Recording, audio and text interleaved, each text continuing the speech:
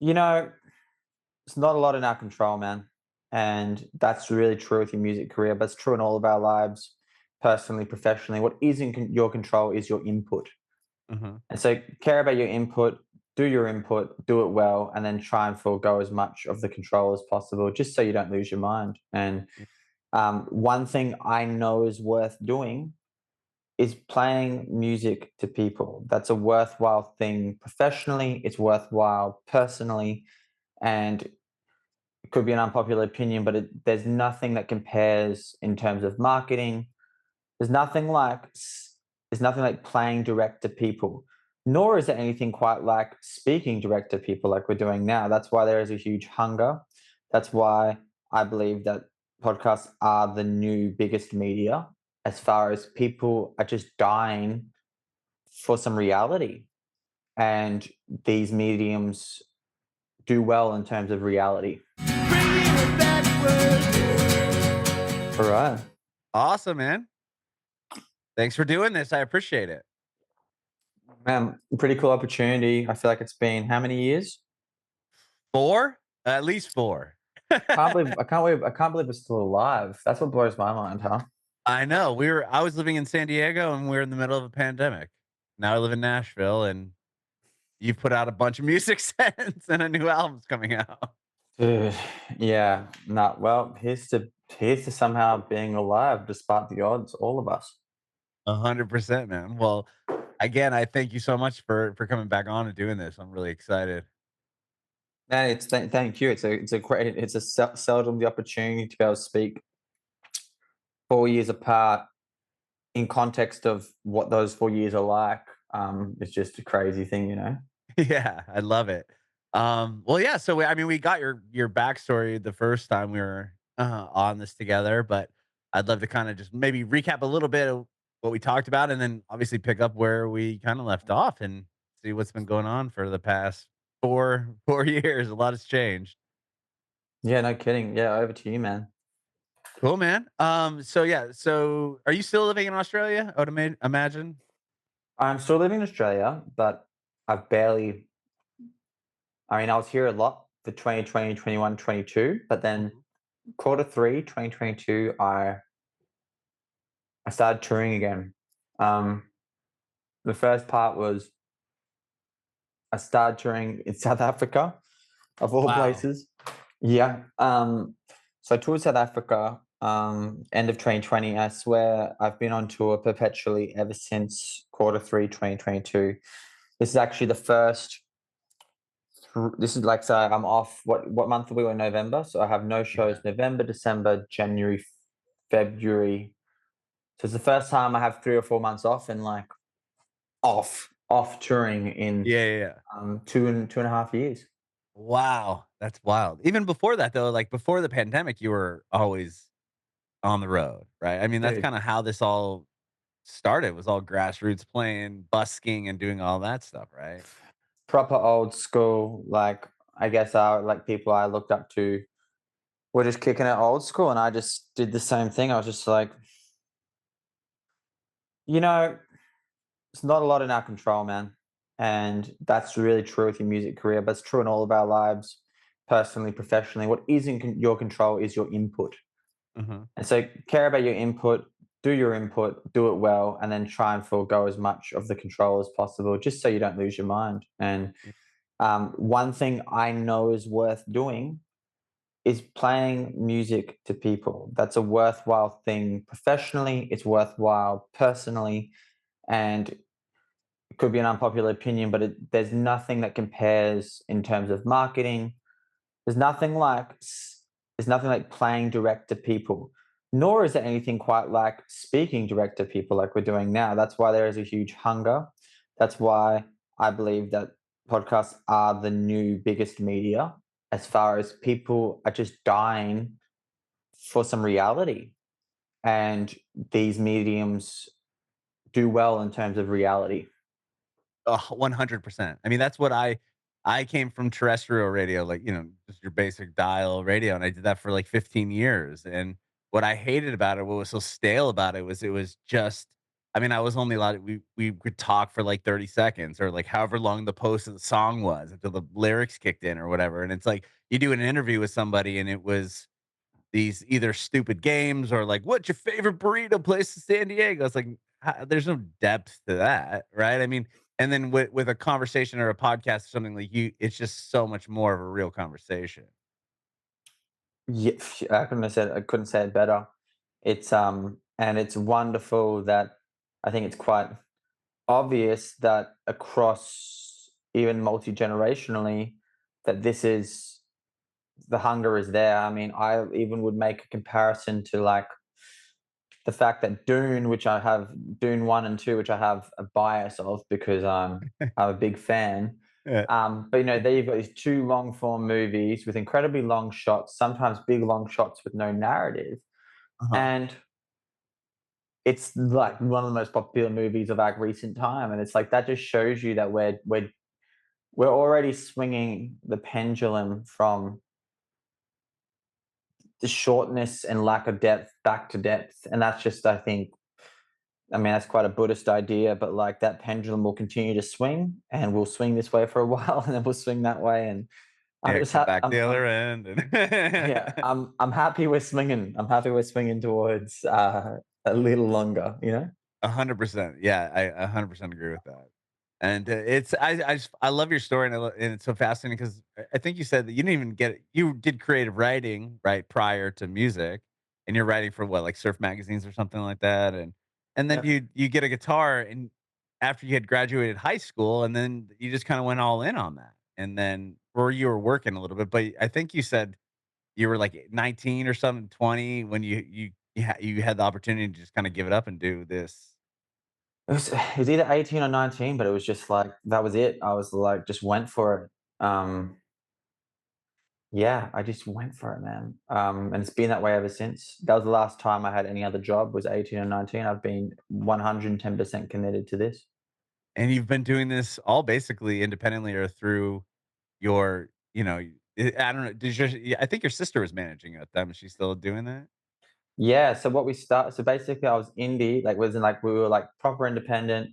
Then I first was doing it all by myself. Then I got a manager and fast forward, so that was 2012, like 2011, 12, 13. By 2018, it's when I had like that crossroads of sign to majors, have some offers, and I decided to start our own record label, stay Uh-huh. independent, but form a record label. So did Brilliant. that, and now I'm sitting in the meeting room of our two-story office with a dozen people on the label, and we're not even a label anymore. We're actually like fundamentally an independent music company that's now everything from touring logistics to merch to management to marketing to book publishing to tour promotions. Like it's insane. Holy shit. Were you doing all that before? Like last time we spoke, was the label doing that much stuff or not yet? The last interview we had, because I saw the snippet of the screenshot, and the last interview was in the single garage at the back of my place. With I Wow. think three or four of us max were in a single garage. Like it's Because I think I think you said your dad, you and your sister kind of were doing it, right? In the beginning. correct. Yes. And now you got a big ass facility and you're doing it with and all these other like pieces to it, which is so huge. That's Like I amazing. wonder if I could just. Oh, I know with the video. I wonder it's going to show video. Oh, that's right, because I'm on. But I wonder if I can even show you. If it's like, this is the meeting room, Damn, dude, and that's it's. dope. I wish I could. I wonder. Oh, there's enough battery. I'll show you this. People probably just listening. Just wanted to show you, just this is one part of Wow. a whole office space upstairs and everything. I mean, That is crazy. dude, that is so incredible, man. Congratulations. Thanks, man. It's been a wild ride. And just think, it all started, you were just busking on the street and then you were doing like what, you're meeting people, like Instagram posts to like, "Hey, let me come play your house," or whatever, man. Instagram tours back in 2000 and yeah, like toured Europe off the back of Instagram doing house shows in Australia and Europe. And Jeez. yeah, it's a bit of a if you based it on any realistic nature of it, you wouldn't do it. But we did, and that's why we dare to dream. It's so cool, man, and it's so awesome that you were able to do this, and keep it all in-house and independent, right? I mean, that speaks volumes in itself, and just the fact that, like, you, I'm sure, own your own publishing. You don't have to, like, you have these major label people come in, and you've already had platinum records, and you have all the radio play and Triple J and all the other shit going on, and it's like, you're doing it on your own, and not a lot of people can do that or say that they do.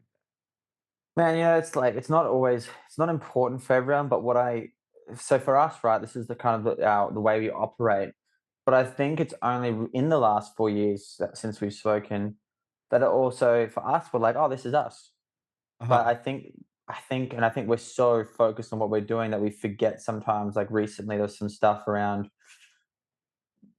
the corporate takeover of music of all sectors of music, and it made me realize why people are always pleasantly surprised when we say, "Oh, we just finished up our third world tour as an independent music company."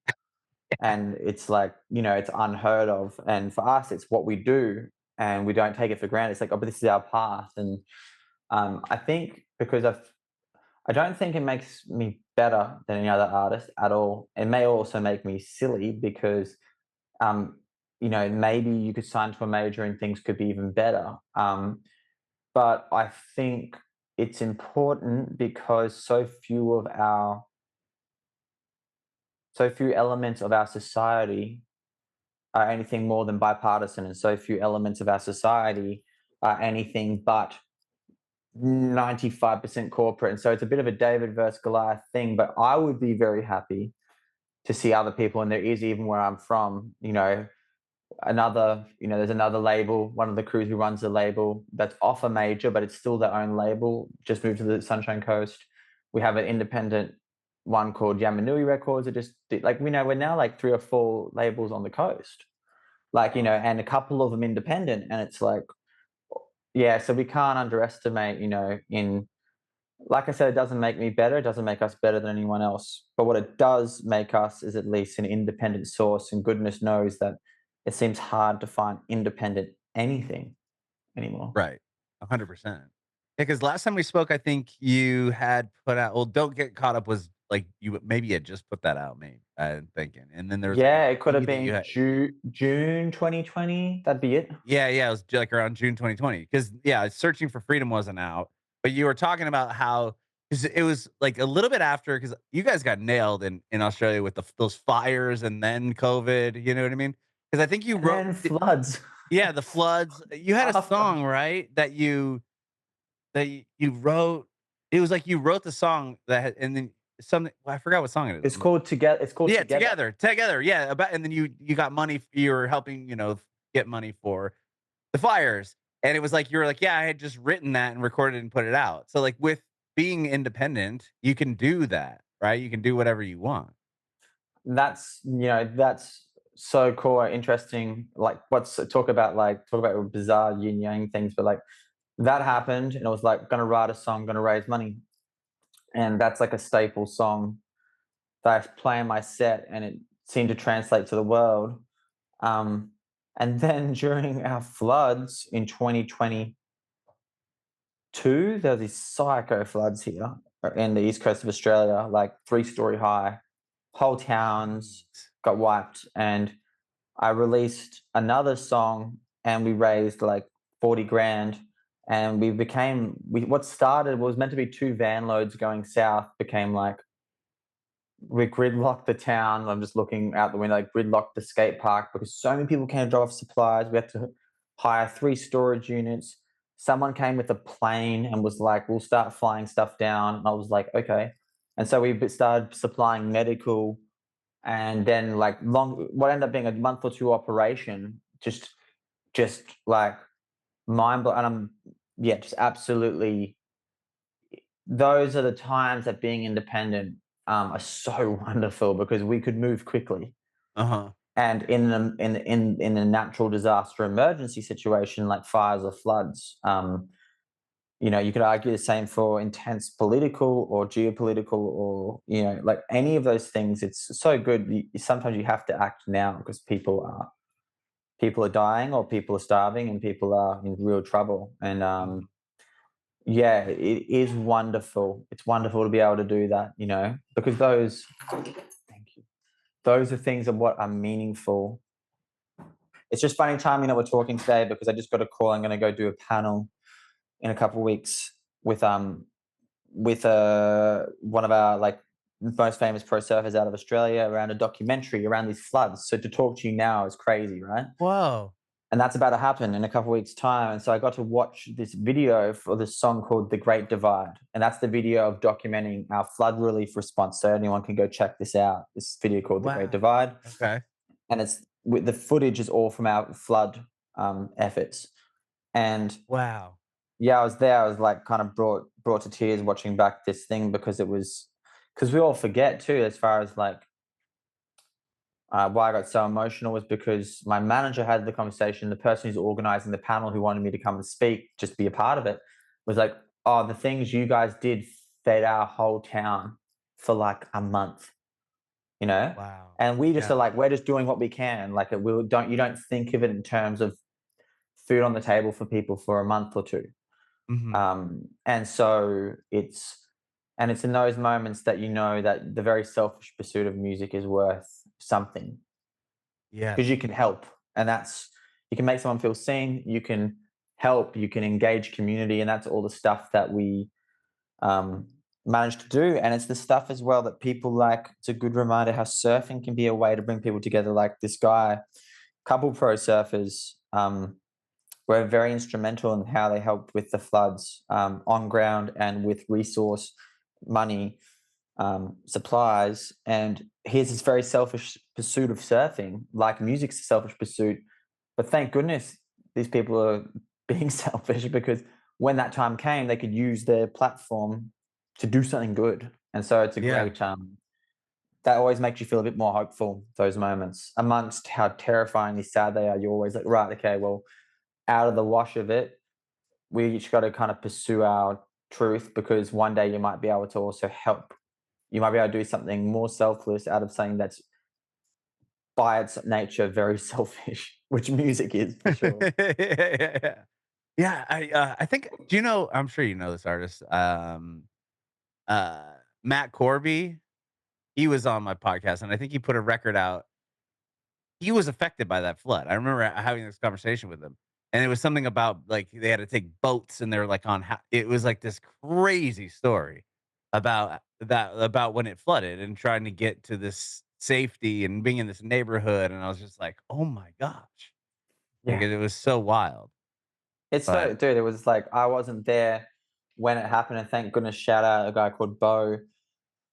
I was just like grabbing a coffee and he's like, man, I'm trying to figure out what to do down south. I was like, down south? And he's like, or maybe my dad called me saying he bumped into Bo. And then Bo's like, yeah, man, like, because I was off Instagram. I was like, "What are you talking about?" And he's like, "Dude, it's three-story floods down south, like 3 hours away." And I yeah. think my place flooded like ankle deep at the time, so I was like sandbagging my house where I live, but like not, colleagues of mine were cutting power lines to drive their boat through because that's how high the water was. Was their boat was where the power lines are. Yeah, that's what he was saying. He was, like, on top of, like, two-story homes, and, like, they were about to get sunk, you know what I mean? Like, that's how much water. It's so crazy. Sure, it's yeah, but people are so resilient and I and you just wish that we can be more together more often because certainly in those moments, people are more together than apart, and that's always a special feeling. Yes. Yeah. No, 100%. So you okay, so from our last conversation, like I said, you didn't have that album out yet. You had just put out the single and you had the EP out that you Hmm. did, that split EP, and then so, like, tell me, like, once stuff opens up, are you hitting the road right away? Or, and what about does that album come out pretty quickly after that? Or, I mean, it must have been a little bit before that album dropped. Yeah, so I think the album came out in summer 2021. Mhm. It's when the new album came out. Um, Yeah, so I it's been like released a about a poetry. year, right? Yeah, I've released a poetry book. I think at the same time, although separate from the album, but started my poetry stuff, which has been really cool. And since then, we released an album called Dancing in the Dark in 2022. Uh-huh. Um, we released multiple side project stuff alongside, like not side projects, but we call them B-side releases, like stuff like live or acoustic and Yeah, like, I lo- love the acoustics, the, like, truly acoustic album you did is great, and you did, like and I think of Dancing in the Dark, you did, like, all, like, all instrumental, right? Didn't you do an all yes, instrumental version of the album and stuff? Like, that's so yeah. cool. Then the all one of the instrumentals from that album went viral on Instagram with this surf clip, and that audio got used so many times. And like, who would have ever thought? I didn't think this audio for the called for the sun and the sea. And it all was kind of went crazy off the back of this crazy drone surf clip. And um, yeah, man, it's been a crazy ride. So yeah, I've done two poetry books since we last talked, two albums, and two world tours since we talked. Oh my gosh. That is so wild. Yeah, you just go hard, man. I mean, you've because you even were talking about putting songs out, like, you had a few out, right? I was like, damn, like, this pandemic, and you're like, yeah, I've got a content coming, but it doesn't sound like you stopped. I mean, No, I think it did freak me out. I remember at some point because transitioning back to tour was really hard. Like going from not touring to all of a sudden being back on the road, it was like, what the heck? But it did dawn on me at some point in 20 late 22 or early 23, and it dawns upon me now. So maybe this afternoon I'll go do something chill. But I never stopped. I finished the world tour. I worked super hard, and I mean, there's a great quote. There's great lyrics from Charlie XCX's Secondary Brat album. She did a second release, uh-huh. and she there's a song she did with Bon Iver, and in the lyrics she says, um, I'm gonna have to Google the lyrics right now because it was so like as a musician you so get it. Yeah. Charlie Bon Iver. This is where we need a Joe Rogan Jamie pull that up moment, I you know. know, I know. I need to Um, hire someone. lyrics. Jamie, can you pull that up?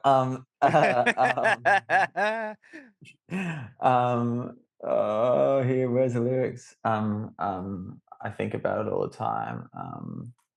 I think about I think about it all the time. I have to pull it up because it was super. And if I, grr grr grr. Long story short is I'm not finding it. But the moral of the story is she said something along the lines of, "You feel so guilty to stop when things start working, because when it's going good, you're not supposed to stop working. You know, Right, right. when things are working, you got to keep working." Yeah, First it starts with the album, then it goes into the promo, and like basically this lyric that's obviously it's quite a poppy album, but yeah, her version of this song really spoke to me artistically because you work hard when you're off tour, like doing records. And then if your record does really well, a la look at how hard Noah Kahan with Stick Season is working.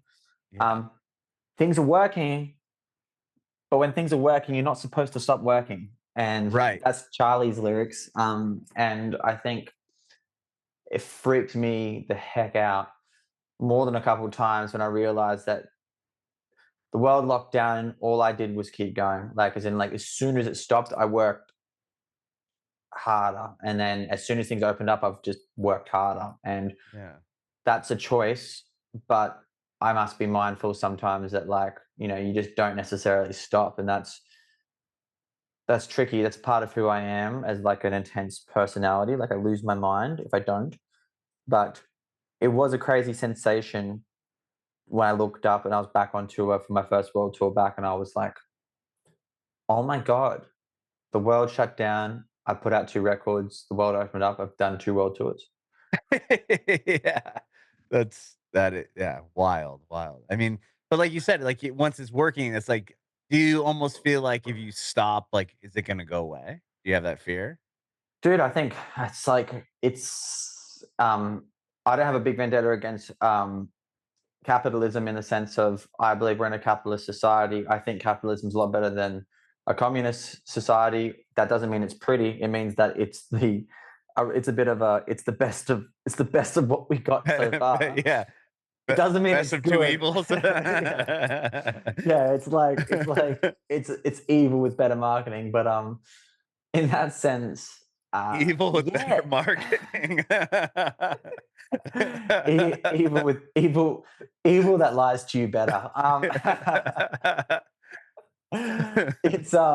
It's this sense of like you want to capitalize on you like goodness forbid you finally get what you want, which that's a big question, like what do we want? But you finally get what you want, and then it's like world domination. And like where does it end? Like Ed Sheeran talks about that in a documentary or two. There's at least one documentary that an old friend of mine did about mindfulness, and Ed Sheeran appeared in it. And basically, it's like so you become you do so with him, like he wanted to become the sell the most tickets out of anyone in the world. And I think him and Adele and Taylor Swift always compete with that.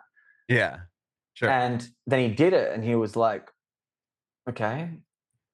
Yeah, So now like you get to the top of the mountain, and it's like now what? And that's where mindfulness and hopefully realizing we're not just in the worth of numbers is important. That we are occasionally meant to be human beings, not human doings.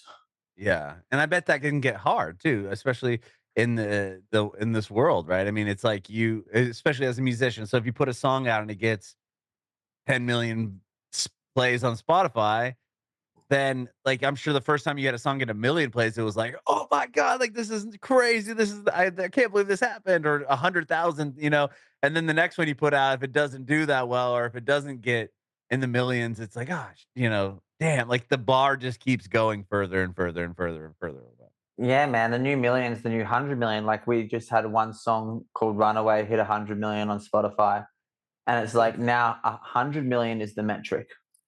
Right, right, okay. It So now just it's, doesn't. It "I gotta doesn't get end. 200,000,000." You know, what? What do I think of? Why do I think of Austin Powers? 1 million. $1,000,000. Oh, that's hilarious. You did, I wanna talk to you about the Friends Edition album you did, that you have, where you just have a bunch of songs and you have random friends collaborating on it with you. That's so rad. Dude, that's a great example of something like super meaningful, and it's such a great cross pollination. Also, just like such an honest thing. It's like I just wanted to do it because I wanted my friends to do. I wanted to hear my friends do takes on the songs, and they did, and they wanted to do it, and we did it. And it's cool how seeing all these people who are such amazing artists and seeing their take on the song. It's locked together in time. It's really beautiful. I'm really, really stoked with that Friends album. It's like I think it's all time. I think some of the versions they do of the songs, I think I way prefer them to my version. It's super good. So that's like those sort of artistic projects are always, like I hope to do it. I feel like it's been a cool community vibe for listeners who are like perhaps listen to Hollow Coves and also listen to my music. Uh-huh. And I think I look forward to hopefully doing like a Friends Volume 2 at some point, and hopefully periodically continue to do stuff. Maybe I can do versions of someone else's song next time. There's no rules. My only rule was that I wanted it to be friends. So the people who were on it were actually my friends, not acquaintances. The people I'm like, Okay. that's my friend. Sure. Which is With that, fun. did you, like, let that did you pick the record for the friend to do, or did how did that, like, how did the track listing come about? I think we had pretty free flow. I think pretty much there was some early dibs by different people. They're like, I really want to do Love Me Now. And I was like, okay, well, Garrett can do Love Me Now. And some people like, we're open. Some people, Bobby Alou had already done. One of the guys from Bobby Alou is my co-producer on 3 records. And so he wanted to do his version of Heartbeat because he loves Okay. that song, and he recorded and produced the song with me. So there wasn't too many rules, man. It was just like a see see what people want to do. wanna do. That's awesome. Because yeah, you brought up "Love You Now," and Garrett did this new album with you, right? Exactly. So Garrett and I have a really funny story in the sense that the first song we worked on, we're like, yeah, let's, like he's like, yeah, I want to like bring a new thing to your sound and feel like you can do a really good job. I was like, man, I think you can do a really good job. And we did it. And that song that we first worked on happened to be Runaway. Oh, wow, crazy. So it's The all 100 been down. million streamer. So it's all been downhill from here. And basically, that was us in 2 days. Just like worked on that song. No expectations, no energetic. This is going to be this or that. We just did the song, released it, and I was like, okay, oh, this is the best thing we've ever done. Okay, cool. Wow, it worked. And then we did 4 Feet in the Forest together, the EP, which had Runaway on it. Uh-huh. We did Laps Around the Sun, which is definitely the album that brought me to the world, no question. Like Yeah, it took me that's to, yeah, exploded, right? I mean, yeah. crazy, crazy. And so, I mean, me and Garrett's, like we aren't resting on our laurels, as I knock on wood, but um, yeah, he's a great artist, great producer, and he's a great guy. And I think he does some of the best work. A lot better than anyone else. And too soon. I think, and so working together on something like this new album, New Love, like man, it was kind of a sequel to Laps that we never got to do because we did I was Laps gonna and we ask would. about that. I think I saw something. Maybe you said that in a post or something that you said it was kind of the sequel to that album. And I was It gonna ask is. you like how that, yeah, why would you say it? I mean, is it the sequel? Like, Why? tell me about that. Yeah, I'm curious. As I cut you Yeah. off in the middle of you answering the question I wanted to ask, I was No, gonna ask you. dude, not at all. So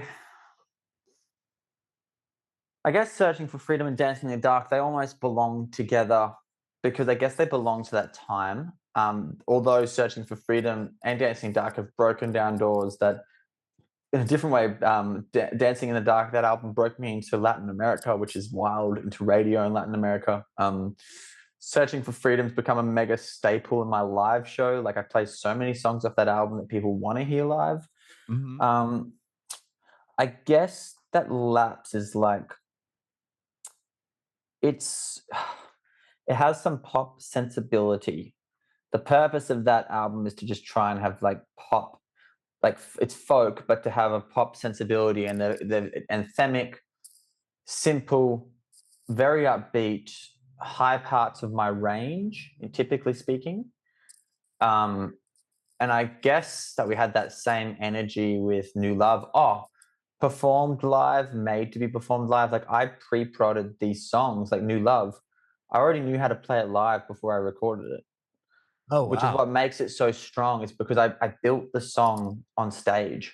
I would play these new songs in sound check and I would, I basically had this real big intention that I was going to play these songs live in front of thousands of people. And I think that's what was going on with Laps. And I think with this album, there's this minimalism and anthemic choice that we made as a real point of intention. And I think we succeeded. I think we did as it's up to the people now, but it's been amazing to feel the response for like New Love, for example. Like that single and the title track is now a staple part of my set. And if that's the only song off the whole album that people find to be staple, but to hear people singing and see how excited they are and they scream those words, that's every artist's dream, is to write the new song and it be important to people. Mhm. But we can't assume that. And all Garrett and I can do is control our input. And I think we had such a sick summer doing that. I was just living by this river in a place called Brunswick. So I was living by the river, swimming the river on high tide. It's like by a river and the ocean within 100 meters each way. Like, Wow. and I was just like studio and eating sushi and swimming in the river and surfing. And it was just like, come on, get out of here. Yeah, reviewing masters and mixes in the front garden with electric blue butterflies coming past. I was like, come on, this doesn't work. That's amazing. That's amazing. When did you guys start, working on this album? Did he didn't work with you on, Dancing in the Dark or the one prior to that? So, Searching for Freedom, Dancing in the Dark, and Made of Water have all been Paulie Bromley. Shout out Paulie B. So I've done like three with Paulie, and I've Mhm. done two or three with Garrett. It's primarily I did Land and Sea with Louis Swain, who no one would know individually, but would know as one of the founding members of Parcels. Oh, Recorded my wow. album Land and Sea. Yeah. And so Okay. phenomenal Wow. artist, right? Him at Yeah, that's 17, me 19, doing that. So this will be the third project Garrett and I have worked on together explicitly, the one we're doing now. that's amazing. And the album's done, right? I mean, it's coming out on the 21st of February? You already have a Yeah, release this date. is like, yeah, man, we actually finished it in Feb, which is really rare. But basically, we did a different approach this time, and like just for like 4 to 5 weeks, it was like our full time job. We Wow. just like worked full time on the album for 5 weeks or something, and I found that to be really healthy, a really great way to do an album. So the energy of the songs have they have a really strong energetic tie. There isn't time between the stories to of how I've changed. It's not like, oh, 6 months later, this is my new idea for this song. It's like this album could have been released in April this year. It's done, Wow. Yeah. but being patient, letting the singles marinate, giving time to tell the story, to integrate the new singles into the set list live. But that's very rare for someone to have a whole album just done, and it's rare Right. for me. Yeah, and I was gonna say, and someone like you that's constantly working, I mean, if you've had this done since February, I can imagine you getting kinda you'd be like, "Oh, let's get it out," you know what I mean? Like, you probably already start writing other stuff, and you're like, "Well, wait till you hear this next," and then no one's even heard the album coming out in February yet, you know what I mean? Dude, that's like I can't say too much, but like, yeah, I'm already working again on more stuff. I'm not shocked. Yeah, but it's all what's been cool is like it's been like not such a scramble for the team. It's like they've had the whole product there, and it's like so nice for them to have lead time for printing vinyls and CDs and to work on the artwork stuff, to present like it's been good, man. It's been good, being prepared has been nice. And I don't like it. I don't There's two ways to do things. Either you're just releasing a song and that's what it is, like together, Uh-huh. where it's like I'm releasing this song because it's topical and it's now. Right. Or you work on an album and I don't and I've tried to mix those things together occasionally and I really don't like doing that. It sucks for the team, it sucks for me. Like either put out a single and it's a single and you can create a playlist of those singles, and over time maybe you have an album called Random Releases that my team hates because it fucks up the schedule. Or have an album that's timeless, but I feel like either you have to have something that's time full and now, or timeless and anthemic, and New Love's more a timeless thing, which is cool. There's room to do. There's always room to have something happening, society, political, nature, crisis, all those things. Perhaps you might want to comment on. I might want to comment on some big AI progression that's happening, and you might want to write a beautiful song or a beautiful message about not trading the real thing. But I just am now passionate about keeping those two ideas separate, keeping the just from a very practical standpoint. Mhm. Yeah. No, that makes a lot of sense. With, New Love, I mean, the concept of it doesn't pick up as like a storyline to Laps Around the Sun. It's just kind of a follow-up because you got back together and you're working together, right? Absolutely, I think what's been cool about the last titles, and there's one song on the album called "Singing for Country." It's the final track of New Love. I think it's track 12, Mhm. and it's was the only other one I had a contention for the title because we've had Laps Around the Sun, Searching for Freedom, Dancing, and they're all these doing titles. Uh-huh. And I definitely thought about this new album being Singing for Country because it's a doing active title. Um, but I guess that's also the play on words of new love. I guess is like turn of a leaf. Um, I think people probably think of Laps a lot like it's a very relationship album. Everything's presented in the form of a relationship. Yes. Even stuff that's not, and that's I guess the tie, but it's not innately a sequel. However, um, I think listeners who like Laps Around the Sun, they'll listen to things and they'll be like, I can tell that he's hinting at this.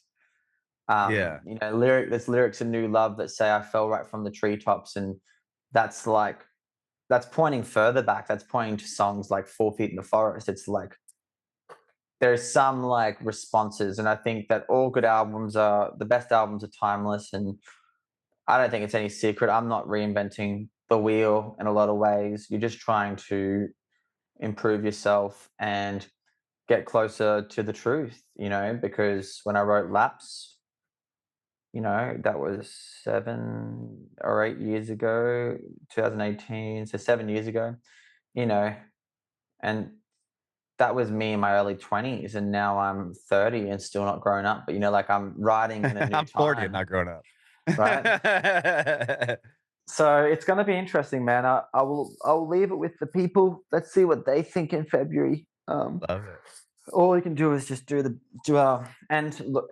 It gets tiring. It's also tiring to say, all these albums I do are just chapters. And if someone thinks it's the best thing ever, great. If they don't, I'm not willing to force them. It doesn't need to be. I already have everything that I could have asked for in my career. Everything's a bonus. Everything's already been unbelievable. Like you're not fortunate. Like you're fortunate for one person to hear one of your songs, let alone what I do. So I'm going to keep putting out chapters of my life, and people might love it. People might not be their favorite thing. Great. That's their freedom and good for them as well. I'm happy if they even like one of my songs. I love that, man. Yeah, because I was gonna say the most recent single, "Where Does the Love Go?" That's pretty relationship, centric when it as far as that Right. song. Yeah, so I would And imagine I s- could and see s- where and you're simple. going with the And laps on the simple sun. on purpose as well, just like a simple song. As far as I think if someone said this album's pretty simple, I'd be like, thank you, because we could have made it complicated, we could have been less direct, but we were going for thematic and anthemic vibes. Like it's fun to be obtruse, but there's a time and place, and this album's like got some pop sensibility where it's like things repeat, and it's got that like and that's so if people are like, wow, this is really simple, it reminds me of your early work, I'd be like, yes. Well, I mean, there's something to be said though about simple because it's like you hear a pop song and you're like, wow, like Taylor Swift, for example. I mean, her lyrics are simple, but she says what she means and gets to the point so quickly, and it's like, damn, I wish I would have said it. Like I could have said that way, but no one else did, right? It's one of those things where it's like simple is good, and if you can do it the right way. And I think you've achieved that on the songs I've heard thus far. Thanks, man. Have you I wonder, have you had a chance to hear the rest of the album that's not released yet? I haven't not. I thought I had a link to it, but it was um I didn't I only had a handful of songs. I've only heard like oh, okay. Oh, maybe I that know. maybe I'll ask the girls. I'll ask if the girls um, can pass over the Singing for Country song. I'll see if I I would can love to send it hear over it. to you. Yeah, that'd be cool. I'd love to hear it. That one's very laps, because it also, I think what's maybe typical with my songwriting is using relationships as a way to perhaps explore nature, in the sense of, I think, for example, the title track New Love, there's a line that says, like damming rivers that lead to seas, got to trust new love will come back to me. And I Mhm. think that's some of my favorite style of writing, because it's using nature as proof or example of what to and not to do. And I guess Singing for Country is like just just a love letter of why I love Australia, but it's presented in a way that someone might sing that to their wife or to their girlfriend, and they might sing that about the place they're from, Love it. and to your point with that simplicity, I think the best songs, including the pop ones like Taylor's songs, they say something is true in a way you haven't quite heard, Mhm. but is direct. You're like, I never Yeah. thought to say it like that, but it makes so much sense, and I wish that was my words. Yeah, I wish I would have wrote it exactly like that. Yeah, Like, like yeah, that's so it's like one of those things where you hear people go, like, it would be easy to write a pop song. It's like, oh, we'll do it. Try to write something as simple as what yeah, she's done. You know what I mean? It's it's not easy at all. dude, it's 100. Yeah, and I think that at first, you write things simple because you have no choice because you're limited in your skill set. Then you complicate it because you can. And then, if you're wise, you return to minimalism, which is like simplicity in wisdom. Simplicity times wisdom equals minimalism, in my opinion. And that's my aspiration is like, I can't just be simple anymore because I'm not religious, but like I've fallen from grace and I've seen I can make things complex. I don't want to just become complex because that just sucks and gets boring every now and then, making things complex or convoluted. And hopefully, like I said, I think that simplicity times wisdom is minimalist or minimalism, and that's our goal. That was our goal with this album. Is that I hope people like this dude's just being basic. I would like I'd be like, yes, I've succeeded. Because we could have between the two of us could have made it complicated. We're far enough into our careers, but it's like no, just Keep it play the simple. damn song and make people sing. I love it, man.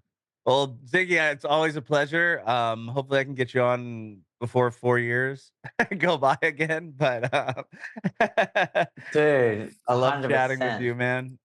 You were just in the States. You did you did more like coast, you did West Coast, I think, right? You played San Diego, which is my hometown, which I love. You did Soma. And Dude, San Diego's sick. I know we were talked about it before. You played Belly Up. Belly up. Yeah, Yeah. Belly Up with and Rob Machado, you said you gotta surf with him, and he's got that huge poster in the Belly Up Tavern, but, I'm in Nashville now, man, you need to come out this way. I know there's no beach close. You could drive a few hours south to the Gulf of Dude, have you Alabama. well, I'm planning to be in Nashville, I think, although unannounced, but I think I'm planning to be in Nashville sometime mid next year. So I mean, maybe we can even just do something in person. Come set up and do it in person. Yeah, That'd be hell fun. yeah. Don't yeah. I will be there 1,000,000%. Let's do it. That's awesome, man. Hell yeah. Well, I'm excited for that for sure. Well, Ziggy, thanks, man. I have one more. I'm gonna ask you the same question I asked you the very, very last question last time, and maybe your advice has changed. If you have any advice for aspiring artists, or maybe it's the same thing. Who gives a shit? Oh man, imagine this is where we need Jamie to pull up the original response that I had. Um, where's our hashtag? Where is our Jamie? Man, my advice for okay, I'm gonna share some advice that my friend gave to me. Love it. Um, so earlier in the year, backstage on tour, and he was like, "Man, maybe just like know your." He was like, "I think you need to know where your ceiling is," and that's a funny thing because sky's the limit, but there might be some things regarding like my comfort level that I'm not happy to do, and that may mean I may not become the international pop star. I might not ever become one of those things, but if there is a ceiling on things you're comfortable with regarding your values, it's worth knowing them because you might say, I'm willing to die to be successful. And in that, which is good for you, that's wonderful. That means you are going to sign the deal with the major and you're not necessarily going to care on the retention of your rights. And you might actually not really make a living for a long time, if at all, because there's so many parts of the pie that are getting taken, but you become a pop star. Now, that is a really super valid way to have a career.